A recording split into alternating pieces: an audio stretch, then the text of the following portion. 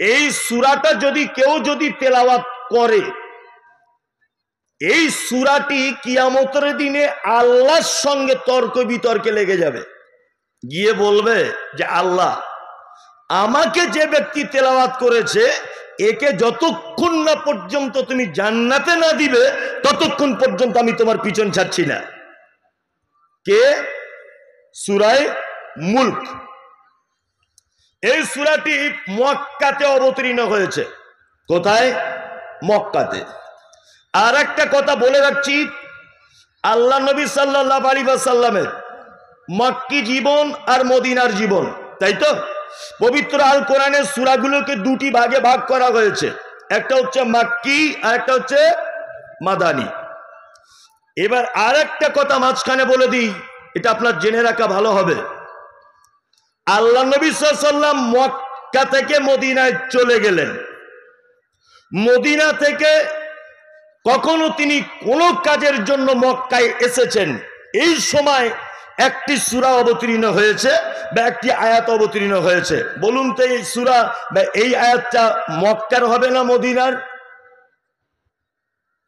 বুঝতে পারেননি? আল্লাহর নবী হিজরত করে মদিনায় এসেছেন, আসার পরে কোন কাজের জন্য তিনি মক্কায় এসেছেন, মক্কায় এসে একটি ছোট্ট সূরা অবতীর্ণ হয়েছে। আচ্ছা বলুন তো এই সূরাটি মক্কার দিকে নিসবাত করবে না মদিনার দিকে? ইয়েস, মদিনার দিকে। কারণ এই মক্কা মদিনাটা ভাগ করা হয়েছে হিজরতকে কেন্দ্র করে, স্থানকে কেন্দ্র করে নয়। কি বললাম বুঝলেন?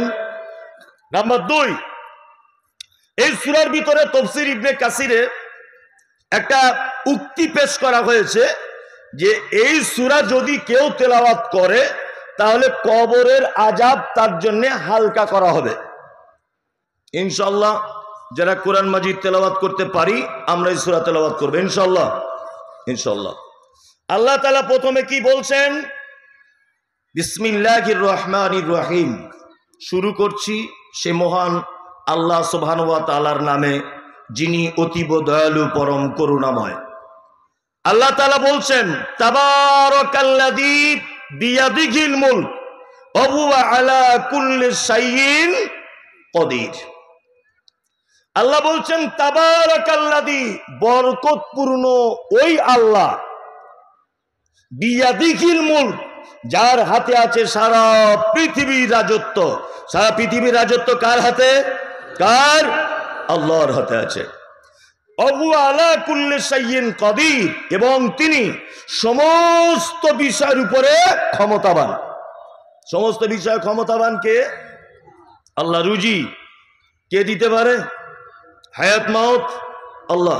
সুস্থতা অসুস্থতা আল্লাহ দিতে পারে।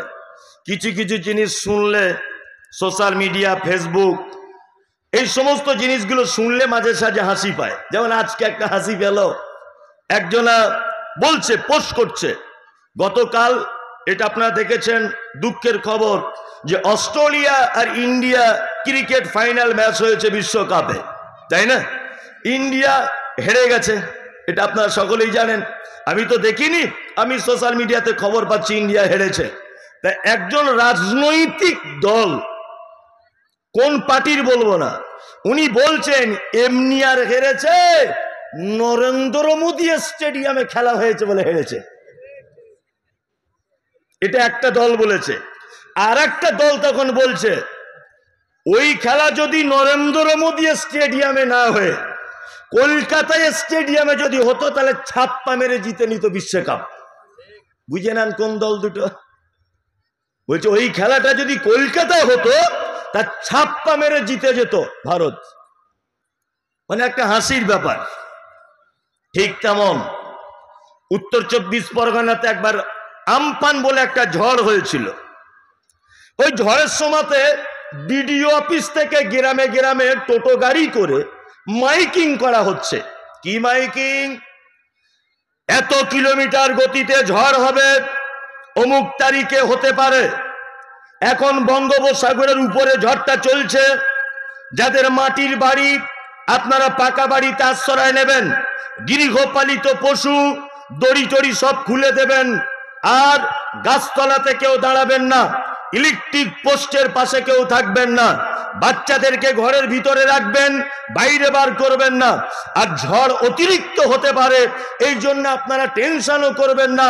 আমাদের রাজ্য সরকার মমতা ব্যানার্জি 1,35,000 পুলিশ মোতায়েন করেছে মোকাবেলা করবে বলে।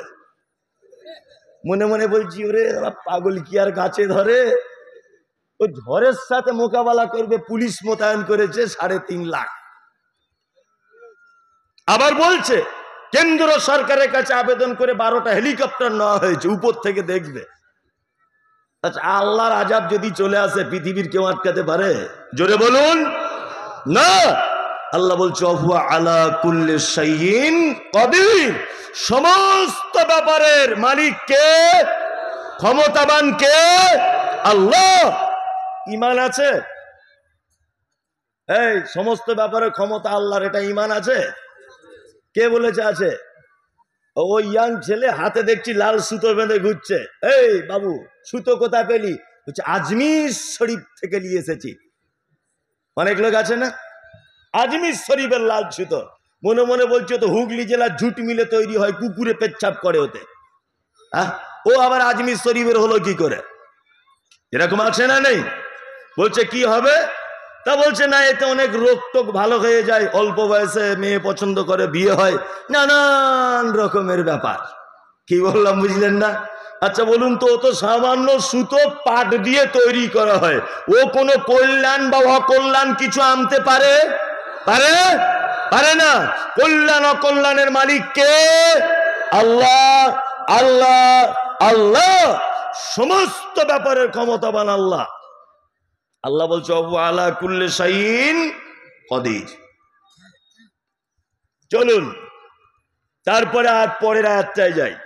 আল্লাহ তাআলা বলছেন আল্লাযী খলাকাল মাউতা, আমি সৃষ্টি করেছি মওত, ওয়াল হায়াতা, এবং জীবন। কেন সৃষ্টি করেছি? লিয়াবলুয়াকুম আইয়ুকুম আহসানু আমালা, যাতে করে তোমাদেরকে পরীক্ষা করা হবে যে তোমাদের ভিতরে উত্তম আমল কে করে এসেছো। এইটার কারণে হায়াত আর মওতকে তৈরি করা হয়েছে। আচ্ছা বলুন, আগে মানুষ মরে না আগে মানুষ জিন্দা হয়? কোনটা? এই আপনি পান খাচ্ছেন কেন? জি জি জি জি। এই আগে মরণ না আগে জীবন? বলছে আগে মরণ। মানে যে যেটা বোঝে আর কি, বুঝলেন তো? হ্যাঁ, যে যেটা বোঝে। ওই একটা মাস্টার কালো একটা বোর্ডে ছাত্রদেরকে অঙ্ক শেখাচ্ছে, অঙ্ক। তা বলছে গোপাল শোন। কি হলো স্যার? বলছে তুই বল 2 আর 2 কত হয় যোগ করলে? তো বলছে 2 আর 2 স্যার 4 হয়। এই শেফালি তুই এখানে, তুই বল 2 আর 2 কত হয়? বলছে স্যার 4 হয়। এই রতন তুই এখানে, 5 আর 3 কত হয় বলতো? বলছে স্যার 8 হয়। তো বলছে ভালো। মাস্টার তখন টিফিনের ঘন্টা পড়ে যাওয়ার আগে বলছে তাহলে যোগ অঙ্ক তোমরা সবাই শিখে গেলে তো? বলছে স্যার একদম। বলছে তাহলে আজকে একটা বিয়োগ অঙ্ক শিখিয়ে দিচ্ছি, কালকে করে আনবে বাড়ি থেকে। বলছে স্যার ঠিক আছে। স্যার একটা বিয়োগ অঙ্ক খুব বুঝিয়ে বুঝিয়ে ব্ল্যাকবোর্ডে শেখাচ্ছে। ঘন্টা পড়েছে, তখন স্যার বলছে যে এই অঙ্কটা মাথায় ঢুকলে তো? তখন পিছন দিক দিয়ে একটা ছেলে বলছে স্যার সব ঢুকেছে, লেজটা বাকি আছে। মাস্টার বলছে সব ঢুকেছে, লেজ বাকি আছে মানে? এই এখানে তুই এখানে এসেছে, থরথর করে কাঁপছে। ছাত্ররা বলছে স্যার আপনি কেন ডাকলেন? বলছে হারামখোর, সব ঢুকেছে লেজ বাকি আছে তার মানে কি? তোর বাপ আমার ছাত্র, সে আমাকে দেখে সম্মান জানায়। আর বিয়াদব, তোকে জিজ্ঞাসা করলাম অঙ্ক হয়েছে কিনা, তুই বলছিস লেজ বাকি আছে? তুই চাপকে সোজা করে দেবো আমি। তখন ছেলেটা বলছে স্যার আসলে ভুলটা আমারও নয় আপনারও নয়, আপনিও প্রশ্ন ঠিক করেছেন, আমি উত্তরও ঠিক দিয়েছি। তো বলছে কেন? বলছে আপনি যখন বলছিলেন মাথায় ঢুকলো তো, আমি জানলা দিয়ে দেখছিলাম একটা তাল গাছে টিয়া পাখি বাসা করেছে। বাসা দেখবেন তাল গাছে, নারকেল গাছে ফুটো করে বাসা, টিয়া পাখি দেখেছেন? হ্যাঁ। বলছে তখন আমি আপনার অঙ্ক না দেখে ওই দিকটায় তাকিয়েছিলাম যে পাখিটা এসে বসলো, মাথায় ঢুকবে, ও মাথাটা ঢুকেছে তখন লেজটা সম্পূর্ণ ঢোকেনি। ওই জন্য আমি স্যার তাড়াহুড়ো করে বলে দিয়েছি মাথা ঢুকেছে লেজ বাকি আছে। তা আমারও একেবারে বিশেষ কিছু ভুল নাই। আসলে আমরা আলেম ওলামারা বক্তব্য ঠিক দিয়েছি, আমরা শুনতে মিস করেছি। প্রত্যেক আলেম ওলামা কিন্তু এটা বলেছে আগে মৃত্যু তারপর জীবন। আসলে আমরা মরণটা যে কাকে বলে এটাই বুঝিনি। মরণ মানে কি? মরণের বাংলা অর্থ হচ্ছে অনস্তিত্ব, যার কোনো অস্তিত্ব ছিল না। আমি মমতাজুল ইসলাম। আচ্ছা বলুন, আমার মায়ের বিয়ে হওয়ার আগে আমি মমতাজুল ইসলাম আমার কোনো অস্তিত্ব ছিল? ছিল? ছিল না। আমার আব্বা মায়ের বিয়ে হয়েছে, আমার আব্বা মায়ের মিলন ঘটেছে, তাই না? আমার আব্বার বীর্য আমার মায়ের ভিতরে ঢুকেছে, আল্লাহর হুকুমে আমি পৃথিবীতে এসেছি, তাই না? তাহলে আমার আব্বার মা এক জায়গায় হওয়ার আগে আমার কোনো অস্তিত্ব ছিল? ছিল না। আল্লাহ কি বলছেন? ফাইন্না খলাকনাকুম মিন তুরাবিন সুম্মা মিন নুতফাতিন সুম্মা মিন আলাকাতিন সুম্মা মিন মুদগা। আমি মানুষকে মাটির উপাদান দিয়ে সৃষ্টি করেছি, পুরুষের বীর্য আর মায়ের কি বীর্য, এটা একত্রিত করে ফাকাসাউনা ইজামা লাহমা, মায়ের পেটের ভিতরে একটা গোস্তের টুকরো বানিয়েছি। ওই গোস্তের টুকরোতে রূহ ফুঁকে দিলাম। আস্তে আস্তে আস্তে আস্তে মমতাজুল ইসলাম মায়ের পেটের ভিতরে অস্তিত্ব গ্রহণ করলো। তাহলে এতক্ষণ আমি কি ছিলাম? অনস্তিত্ব, কোন অস্তিত্ব ছিল না। আল্লাহ কি বলছেন? আল্লাহ বলছেন কাইফা তাকফুরুনা বিল্লাহি ওয়া কুনতুম আমওয়াতান ফাআহিয়াকুম সুম্মা ইউমীতুকুম সুম্মা ইহয়ীকুম সুম্মা ইলাইহি তুরজাউন। আল্লাহ বলছে তোমরা আমাকে কেমন করে অস্বীকার করো? তোমরা তো মৃত্যু ছিলে, মানে অনস্তিত্ব ছিলে। আমি তোমাদেরকে অস্তিত্ব এনেছি, আবার তোমাদেরকে এমন একটা জায়গা টানবো যে তোমার কোনো অস্তিত্ব খুঁজে পাওয়া যাবে না। আপনার দাদু বেঁচে আছে? আছে? নাই। আপনার দাদুর কোনো অস্তিত্ব খুঁজে পাওয়া যাচ্ছে? যাচ্ছে না। আল্লাহ তাআলা বলছেন তারপরে আবার অস্তিত্ব দিব। কোথায়? কিয়ামতের মাঠে মানুষকে আবার একত্রিত করব। হ্যাঁ, আল্লাহ সুবহানাহু ওয়া তাআলা বলছেন আল্লাযী খলাকাল মাউতা ওয়াল হায়াতা লিয়াবলুয়াকুম আইয়ুকুম আহসানু আমালা। আমি তোমাদেরকে পরীক্ষা করার জন্য হায়াত আর মওত সৃষ্টি করেছি। আর পরীক্ষাটা কি করব? আহসানু আমালা, তোমাদের ভিতরে উত্তম কাজ কে করেছে। এইখানে কয়েকটা কথা আপনাকে বলতেই হবে, তাছাড়া হবে না। সবাই বলে মমতাজুল ইসলাম শুধু লোকের বিরুদ্ধে বলে। না, পাগল কোথাকারে, আমি লোকের বিরুদ্ধে বলতে যাব কেন? আমি কারোর বিরুদ্ধে বলি না। আমার কথা মানুষ তার বিরুদ্ধে মনে করে, আমি কারোর বিরুদ্ধে বলতে যাই না।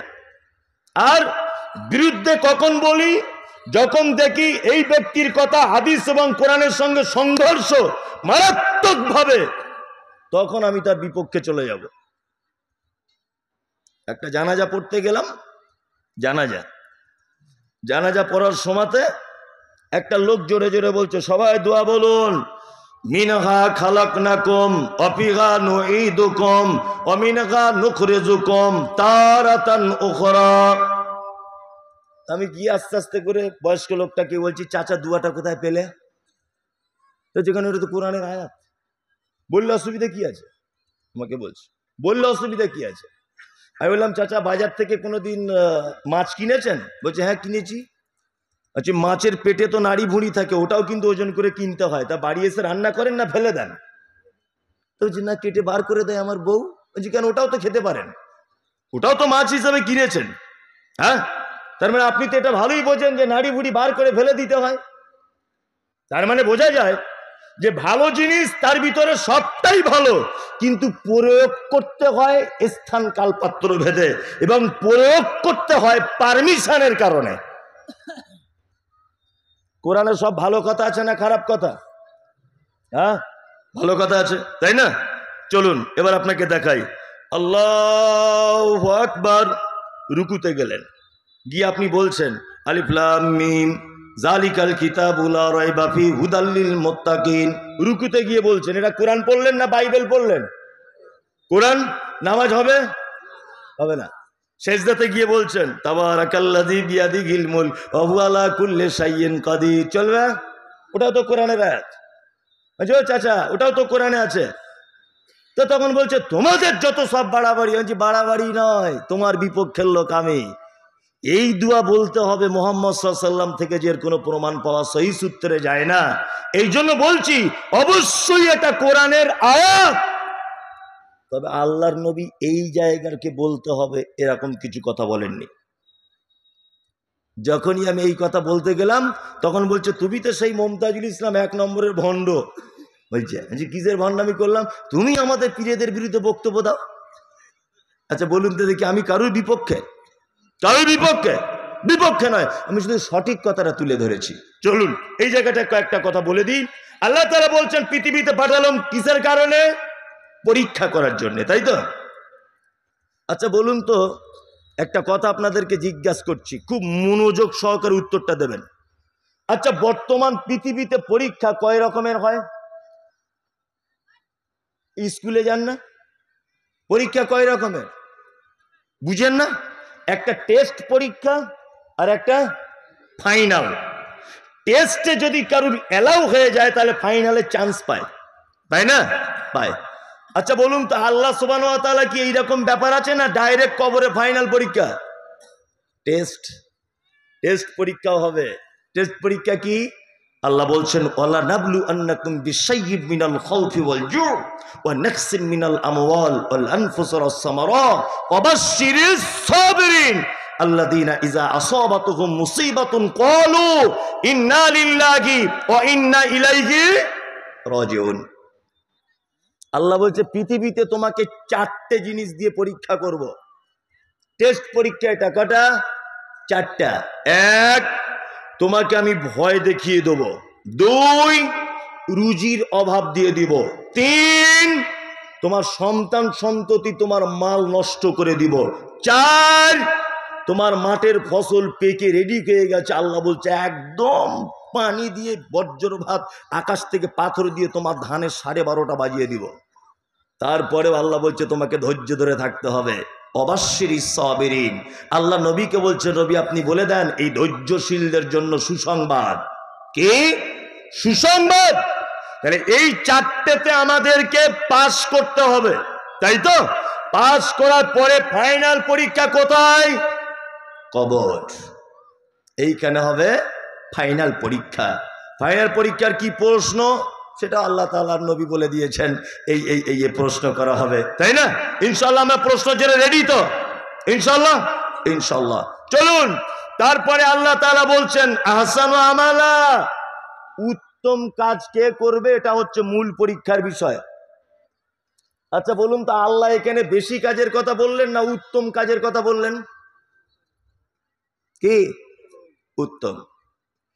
উত্তম কাজ শুধু এখানে নয়, পবিত্র আল কোরআনে যেখানে আল্লাহ আমল করতে বলেছেন ওখানে কি বলেছেন? হ্যাঁ, সব জায়গাতে বলেছে আমলে সালেহ করো। তার মানে বোঝা যাচ্ছে আমলে ভেজাল আছে। ভেজাল আছে না নেই? আল্লাহ যখন বলছে ভালো আমল করো